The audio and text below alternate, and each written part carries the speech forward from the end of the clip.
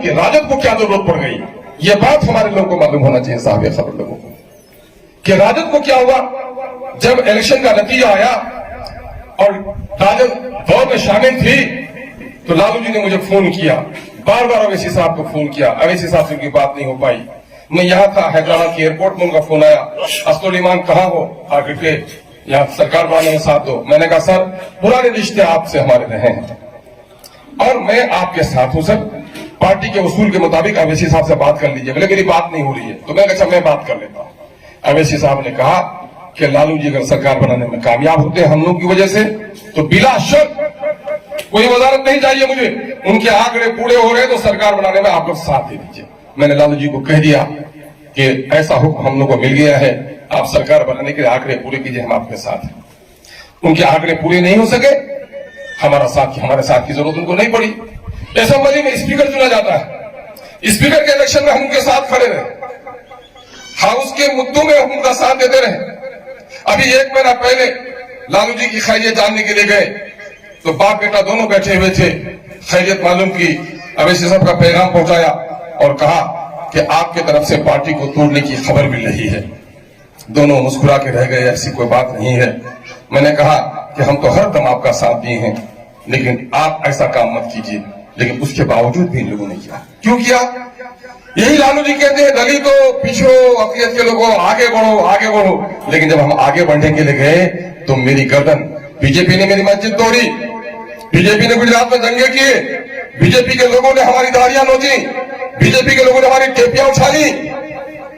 यकीन है कि बीजेपी हमारी सियासी क़यादत की भी दुश्मन है, लेकिन लालू जी तो हमारे सियासी क़यादत के दुश्मन नहीं होना चाहिए था।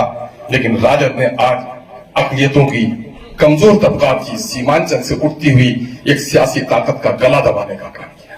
पहचानना पड़ेगा इन मुबैना और कथाकथित सेकुलर पार्टियों को कि ये हमारे जबान से कुछ और कहते हैं, दिल में कुछ और है। आपने देखा इस इलेक्शन में टिकट के लिए लोग दिल्ली और पटने में जाकर के पांव में मालिश करते हैं, लेकिन 50 गाड़ियां किशन में चक्कर काट रही थी। किशन के होटल भरे थे। असदुल ईमान कहाँ है, असदुल ईमान कहाँ है?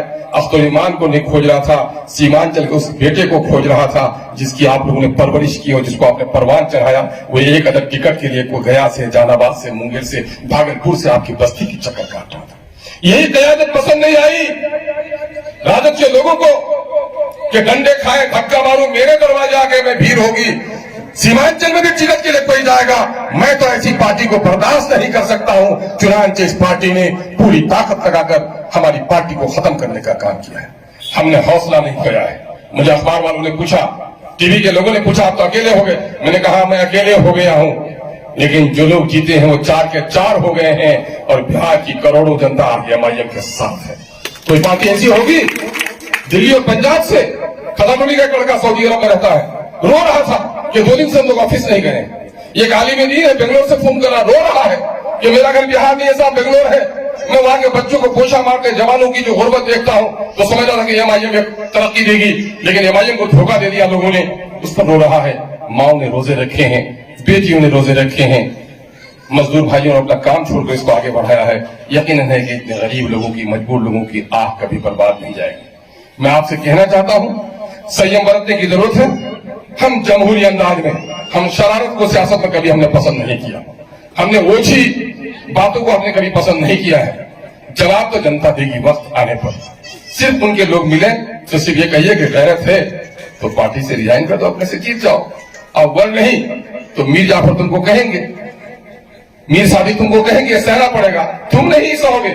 बल्कि तारीख जब सीमांचल की लिखी जाएगी कि 75 सालों के बाद अकलियतों की पार्टी उठी थी जो असेंबली में जाकर अकलियतों के सारे दर्द की बात करती थी, उस पार्टी को किसी ने तोड़ा था।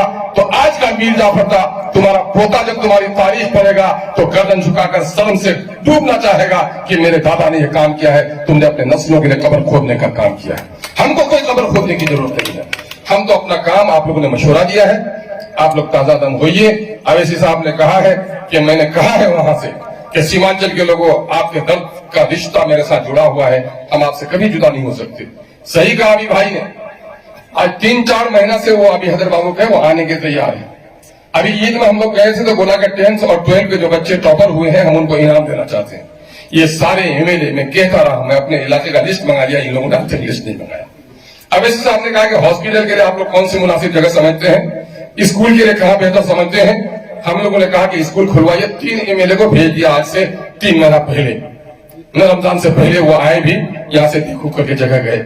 लेकिन अब क्या कहिएगा, जिन लोगों की नीयत ऐसी गड़बड़ हो तो उनके बिकने का कोई गम नहीं।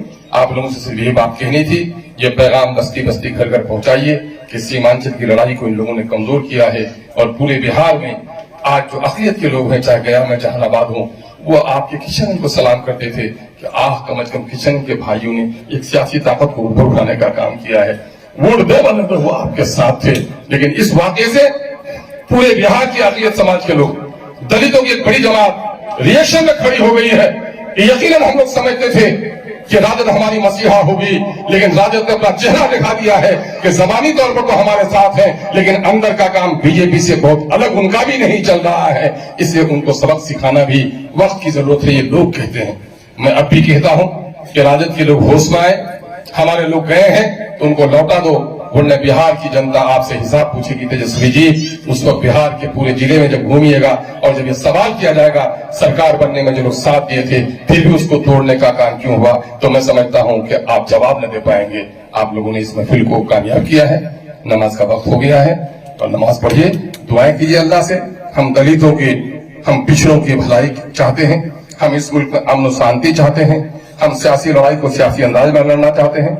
जाती तौर पर हम किसी से कोई नफरत नहीं करते, लेकिन अगर हमको किसी ने धोखा दिया है तो ऐसे धोखेबाजों से हम सवाल जरूर पूछेंगे। ये हमारा आईनी और दस्तूरी हक है।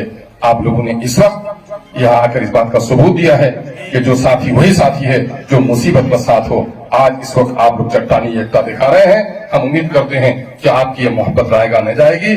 और एक आखिरी बात कहकर चला जाता हूं, शाहीन जो बाज कहते हैं उसको शाहीन कहते हैं। वो परिंदों का सरदार है, वो उसकी उम्र लंबी होती है। कहा जाता है कि वो 80 साल तक जिंदा रहता है। शाहीन जब बहुत बूढ़ा होने लगता है तो पहाड़ी इलाके में चला जाता है और अपने चोंच से अपने पूरे पंख को खींच लेता है और आखिर में अपने चोंच को भी पहाड़ से टकरा टकरा करके वो चकनाचूर कर देता है। क्या होता है उससे? उससे नई पंख और नई चोंच उसकी निकलती है और नतीजा ये होता है कि फिर वो शाहीन एक बार फिर जवान होकर निकलता है। हम पर जो पतझड़ आया है, पतझड़ के बाद हरियाली खुशहाली आनी जरूरी है। और मैं तो ये समझता हूँ, अल्लाह का शुक्र अदा करता हूँ कि मुनाफिक साथी को लेकर कभी जंग लड़ी नहीं जा सकती है। मुनाफिक अगर जंग से पहले साथ छोड़ दे तो मैं समझता हूँ ये कारवां की भलाई है। अल्लाह ने हमारे काफिले को मुनाफिकीन से बचा लिया है। इस पर हम अल्लाह रब्बुल इज्जत का शुक्रिया अदा करते हैं। अस्सलाम वालेकुम।